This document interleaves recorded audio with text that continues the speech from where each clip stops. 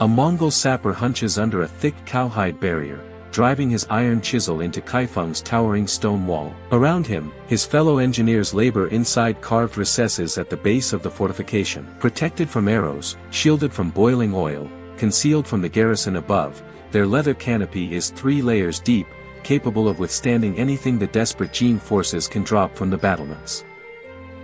He has done this exact work at 100 different cities across 100 different campaigns. The walls always crumble. They never hold forever. Then he notices something. A strange hissing noise, rising in pitch. Something metal grinding across stone. He glances upward just as a cast iron ball, roughly the size of a human head, swings down on a chain through a narrow opening in the shelter. A comrade screams a warning, but escape is impossible. The sphere explodes with a noise like the sky itself tearing apart. The iron shell does not simply burst open. It fractures into hundreds of razor-edged shards moving faster than any arrow ever fired. The cowhide canopy built to deflect stone and withstand flame disintegrates instantly.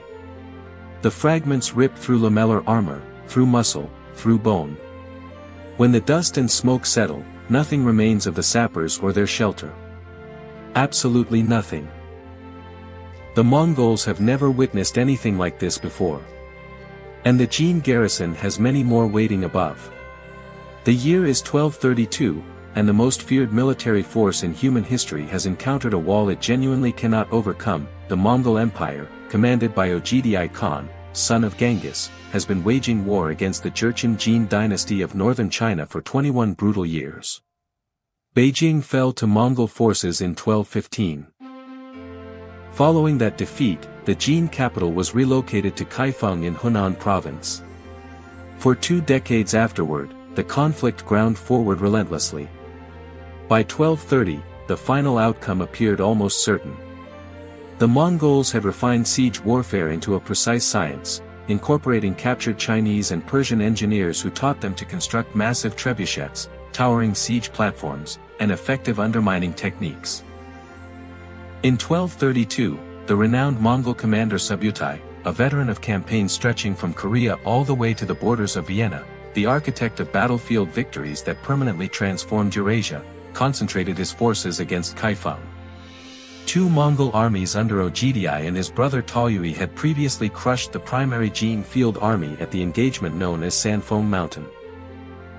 When Ogedai fell dangerously ill and Taoyui died shortly afterward, full battlefield command transferred to Subutai.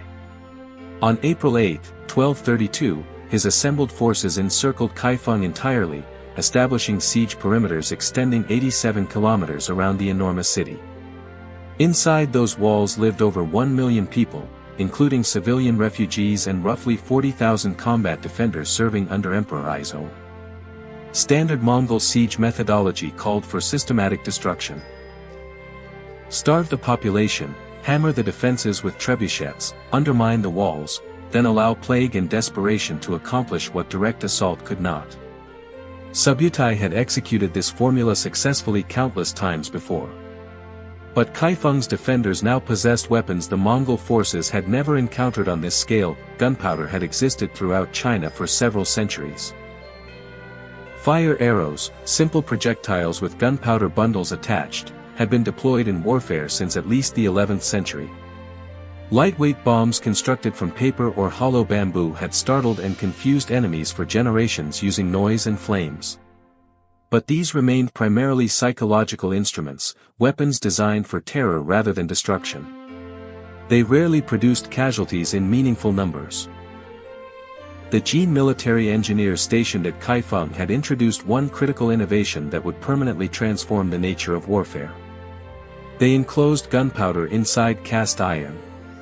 This weapon carried the name Zhentian Lei, translated variously as the heaven-shaking thunder bomb or simply the thunder crash bomb. Its underlying physics were simultaneously elegant and catastrophically destructive. Earlier bombs using flexible or soft outer casings ruptured the moment ignition occurred, releasing built-up pressure in a sudden burst of heat and smoke. Iron casings behaved in an entirely different manner. When the powder charge detonated inside a sealed iron vessel, the resulting gas had no immediate means of escape.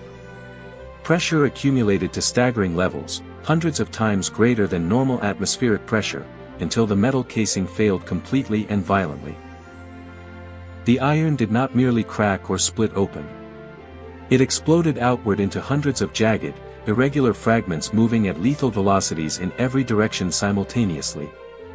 This represented the world's first genuine fragmentation weapon, the direct ancestor of the modern hand grenade and every artillery shell ever manufactured. Contemporary eyewitness accounts reported that the detonations could be detected from 30 miles distant. The effective blast zone scorched everything within approximately 1/16 of an acre. The iron fragments penetrated Mongol lamellar armor with ease, killing horses and mounted warriors without distinction. The Jin commanders deployed these weapons with considerable tactical skill. When Mongol siege engines rolled forward toward the walls, thunder crash bombs launched from Jin trebuchets demolished them before they could be brought into useful range. When Mongol sappers attempted to undermine the fortifications beneath their protective cowhide screens, Jin defenders attached iron chains directly to the bombs and lowered them carefully into the excavation tunnels. The famous cowhide shelters that had successfully protected Mongol engineers through a dozen previous sieges were torn apart, along with every man sheltering inside. Surviving historical records note specifically that following these detonations, no recoverable remains of the victims could be found whatsoever. The Jin forces possessed a second weapon of comparable terror, the flying fire lance. These were tubes of bamboo or thick paper extending beyond 2 feet in length, packed tightly with gunpowder, sulfur, charcoal, saltpeter, iron shards, and finely ground porcelain. Upon ignition, they projected continuous jets of flame stretching more than 10 feet, functioning essentially as primitive flamethrowers while simultaneously hurling burning fragments outward. Jin soldiers carried these into battle like incendiary close-range weapons, devastating against densely packed enemy formations. Every soldier maintained a small iron container filled with burning coals specifically to light the fuses. During one recorded engagement, 450 Jin soldiers carrying fire lances conducted a coordinated surprise attack against the Mongol encampment under cover of darkness, killing hundreds of enemies before any effective resistance could be mounted. The combined psychological effect was overwhelming. Jin dynastic histories explicitly record that the thunder crash bomb and fire lance were the sole Jin weapons that the Mongol forces genuinely and openly feared. These were no longer the unstoppable horse warriors who had shattered every opposing force between the Pacific Ocean and the plains of Eastern Europe. They were foot soldiers confronting weapons that transformed their own protective gear into a disadvantage and rendered any approach toward the city walls potentially fatal. Subutai recognized that direct assault was no longer viable. He tightened his encirclement instead and waited for hunger and disease to accomplish what military force alone could not. The siege extended through the punishing heat of summer 1232 and then into a brutal winter. Inside Kaifeng, food stores disappeared completely. Epidemic disease tore through the densely packed civilian population. Widespread starvation set in. By late 1232, Emperor Aizong accepted the reality of his position and abandoned the city with his remaining court, retreating toward Kaizhou and leaving General Cui Li behind to arrange terms of capitulation. On May 29, 1233, more than a full year after the siege first began, Cui Li opened the city gates to the Mongol forces. The Jin Dynasty endured 2 additional years before its final destruction in 1234, when combined Mongol and Song dynasty forces captured Kaizhou. But the technological transformation was now irreversible. The Mongols, history's most capable military adapters, immediately absorbed gunpowder weapons into their own expanding arsenal. Within the following decades, these inventions traveled westward through Mongol conquests into the Islamic world and eventually into Europe. The thunder crash bomb had failed to preserve the Jin dynasty, but it had purchased valuable time and proven conclusively that even the most powerful military organization on Earth could be halted by sufficiently revolutionary technology. The era of gunpowder warfare had genuinely commenced, and armed conflict across the entire world would never look the